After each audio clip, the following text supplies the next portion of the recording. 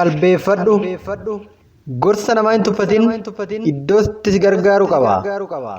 Hiyyummaan nama hin tuffatin bor isaafis ni darba. Lolaaf hin ariifatin miidhamuu dandeessa.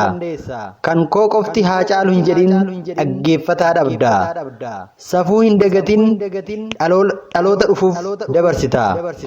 Beeka jettee hin taa'in waan ati hin beekne baay'eetu jira. Balleessuuf hin fiigin kan si balleessutti baata. Abdiin kutatin boru siif darba. Jal'ina namatti hin yaadin jal'aa taatee hafta. Hojii hin tuffatin hiyyoomtee hafta. Qabeenyaan hin boonin bor ni dhumti. Wanta haaraa ilaaluuf hin kaatin waan haaraa uumuuf kaadhu. Namni ati jaallattu yoo dugda sitti gate ariifattee hamaa isaa hin haasa'in walitti yoo deebitan gaabbita. Waan si jalaa calliseef na jibbe hin jedhin tarii haalli inni keessa jiru gaarii miti ta'a.